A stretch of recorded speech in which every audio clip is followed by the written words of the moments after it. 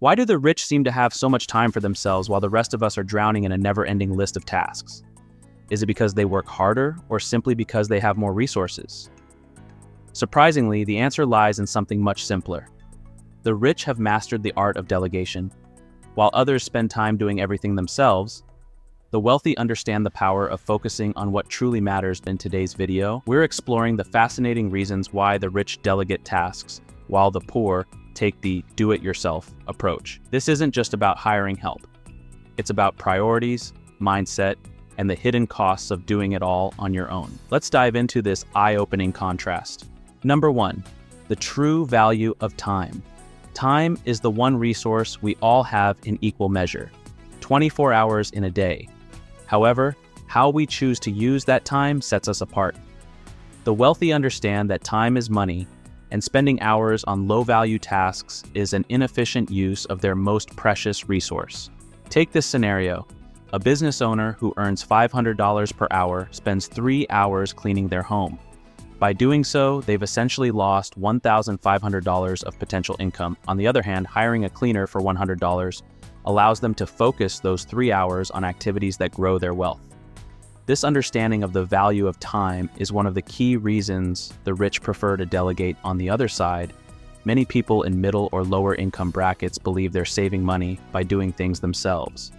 While this approach may cut immediate costs, it often comes at the expense of long-term growth and opportunities. The difference lies in mindset, viewing time as a limited resource versus something to be spent freely. Number 2, the delegation mindset. For the rich, delegation is more than just offloading tasks.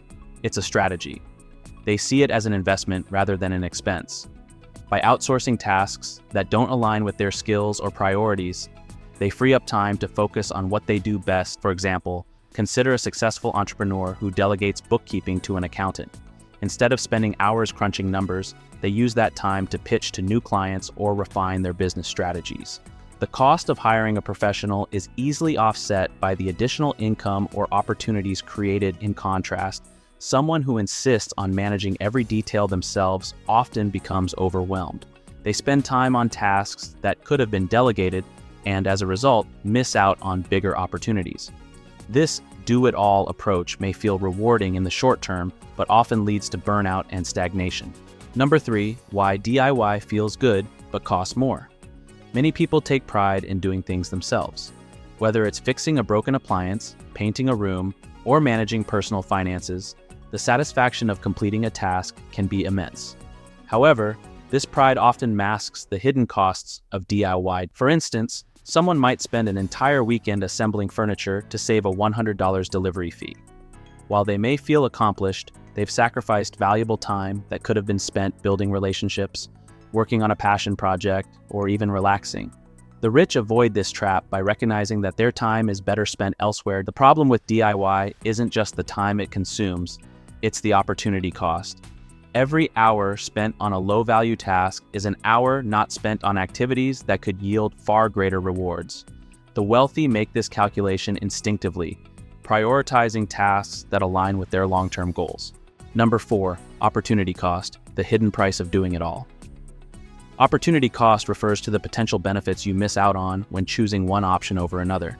This concept is deeply ingrained in how the wealthy approach their time and decisions. Imagine a graphic designer who spends hours cleaning their office instead of working on client projects. The money saved by avoiding a cleaning service pales in comparison to the income lost from missed deadlines or fewer clients. The rich calculate these trade-offs carefully, ensuring that their time is spent on the most impactful activities. For those who stick to the DIY mindset, the hidden costs of opportunity are often overlooked. By focusing solely on saving money, they inadvertently limit their ability to earn more, learn new skills, or enjoy meaningful experiences. Number 5, trusting others, a key to effective delegation. One reason many people resist delegation is a lack of trust. They believe no one can do the job as well as they can, or fear that delegating might lead to mistakes. However, the wealthy understand that perfection isn't necessary. Progress is, for example, a CEO hires skilled professionals to manage operations and trusts them to make decisions. This delegation frees the CEO to focus on strategy and innovation rather than micromanaging every detail. The same principle applies to any task. By trusting others, the rich create an ecosystem where everyone operates at their best. On the flip side, someone who insists on doing everything themselves often falls into the perfectionism trap. They spend excessive time redoing tasks, tweaking minor details, or worrying about outcomes. This not only slows progress, but also drains energy and focus. Number 6, delegation as a wealth-building tool. Delegation isn't just about convenience, it's a wealth-building strategy. By focusing on high-value activities and outsourcing the rest, the rich multiply their efforts and achieve more in less time. Consider a real estate investor managing multiple properties. By delegating maintenance and tenant management to a property manager, they free up time to acquire more properties or explore other investment opportunities. This ability to scale is what sets the wealthy apart. Even in everyday life, delegation can make a difference. Hiring a personal assistant, using meal delivery services, or automating bill payments may seem like small changes, but they add up. These time-saving strategies allow the wealthy to focus on what truly matters, whether it's family, career, or personal growth. Number 7, the mental and emotional benefits. Delegation isn't just about efficiency, it's also about mental and emotional well-being. When you're not overwhelmed by a never-ending to-do list, you have more energy and creativity to tackle big challenges. The wealthy often describe their lives as balanced, not because they have fewer responsibilities, but because they've learned to delegate effectively. This balance allows them to approach their work with clarity and purpose rather than exhaustion and stress. For those who insist on doing it all, the mental load can be crushing. Juggling multiple responsibilities without support often leads to burnout, missed opportunities, and dissatisfaction. Delegation, on the other hand, creates space for rest, reflection, and strategic thinking. Number 8, breaking free from the DIY mindset. Shifting from a DIY mindset to a delegation mindset requires intentional effort. Start small by identifying tasks that drain your time and energy without adding significant value to your life. For example, consider hiring help for household chores, automating recurring tasks, or outsourcing administrative work. These small steps can free up time to focus on your goals, whether that's advancing your career, starting a business, or spending more time with loved ones. Remember, delegation isn't about laziness. It's about making smarter choices with your time and resources. The difference between the rich and the poor often boils down to how they view and use their time. The wealthy understand that time is their most valuable asset, and they delegate tasks to maximize its potential.